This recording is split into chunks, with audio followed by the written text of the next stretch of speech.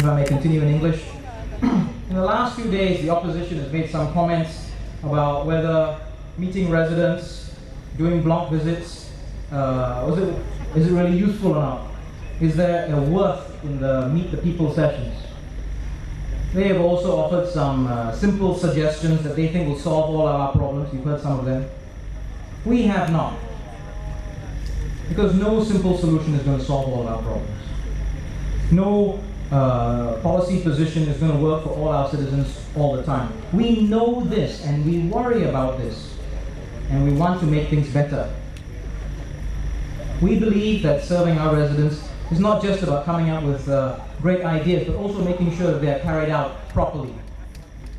We believe that serving our community is about representing your views and making sure that our policies are in our nation's best interests. We believe that implementing good policies is not enough, but that we have to also find all the people who the policy doesn't serve, who fall through the cracks, who can't access help, who can't help themselves. We have to find them and find a way of helping them.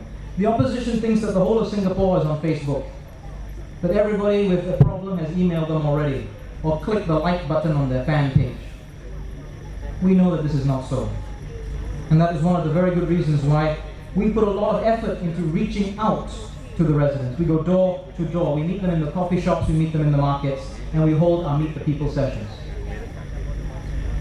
Through this, we want to find the people who are not being properly served by policies, by regulations, by procedures, and find a way to help them. Some residents really need the privacy of a Meet the People session, or to speak one-on-one during the block visit to discuss their problem. They can't do it in a town hall meeting. For example, I met a mother recently who had some time ago stopped work to raise her kids. And now she wants to return to part-time work, having some difficulty finding a job. But why does she want to return to part-time work? Because her husband's business is not doing well. She doesn't want to discuss this with anybody else. She doesn't want her husband to know the real reason why. She doesn't want her neighbors to know. She wants someone to speak to who respect their dignity and try to help. We will always reach out to the residents, and we will not assume that if we don't hear anything that there are no problems. I met an elderly gentleman recently in a coffee shop in Punggol. He'd worked hard all his life. Quite educated, managerial position, educated his kids, built up his savings, and retired.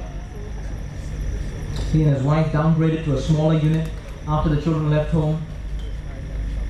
With the money they made and their retirement, they thought more than enough to take care of them both. His sister got very sick. Had a protracted, long illness, had to stop working, and he stepped in to help with her family. But his savings are quite reduced, and he's very concerned about the future. But he's prepared to speak to me as I walk about the coffee shop. As I walk about, I see him sitting alone with his cup of coffee. I stop, I meet him, I shake his hand, I say, "How are things?" He says, "Everything's okay." Everything's okay, but then he pauses and he keeps looking at me. I don't let go of his hand. I hold on to his hand, and he looks at me and he says, "You got a minute? Can I tell you about something?" I pull up a chair, sit down. There's no other way of doing it. He tells me his story. I've just told you. And I ask him, "Look, is there anything that I can do? You know, is there anything, do you need help? Come and see us, is there anything that I can do?" He says, No, I'm okay. Me and my wife, we're okay. You know, we've changed our lifestyle. This is a challenge. We've coped with it. We're okay. But I'm very worried about the future. And then he said, "This is just something that I think you need to hear. This is just something that you need to know. There's no other way of doing it." There was one auntie I remember from my time at Radin Mas. We saw her several times.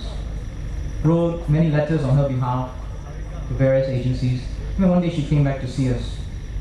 She told us she had received no help. Nothing had happened. So you told us 2-3 weeks and everything would be in place. Nothing has happened. We were quite surprised because this was a truly deserving case, and we were quite certain that she deserved help, and we were quite certain that she would get help. And so we went, we searched the records, we found the letters, and actually it turned out that all the agencies agreed she did deserve the help. They were waiting to help her. But what had happened was, she couldn't read the letters. She didn't know that people were waiting to help her. She didn't want to ask any of the friends or people she knew because she was very embarrassed. All that I did that day was to sit down, explain the contents of the letter to her, turn it over, and write in big letters, big writing, that one telephone number that she has to call the next day. Something so simple, yet that's all that was standing in the way of her getting help. Can we do this in any other way? Maybe we can. We are open to ideas. Maybe we can do this in a different way. But however we do it, we have always got to be reaching out. We have always got to be available, accessible, and approachable. We've always got to be that way. There are some people who the rules, the policies, the laws don't quite serve enough. We have to serve them. There are some people who can't or won't come to us. We have to go to them. So I hope after the 7th of May, we will all have the opportunity to work together and try to find and fix all the problems. I hope I'm given the opportunity to serve, and I promise I'll always listen carefully to you. We can't always find a solution. We can't always fix all the problems. But we must never stop trying. Thank you very much. Thank you very much, Dr. Janil. Thank you.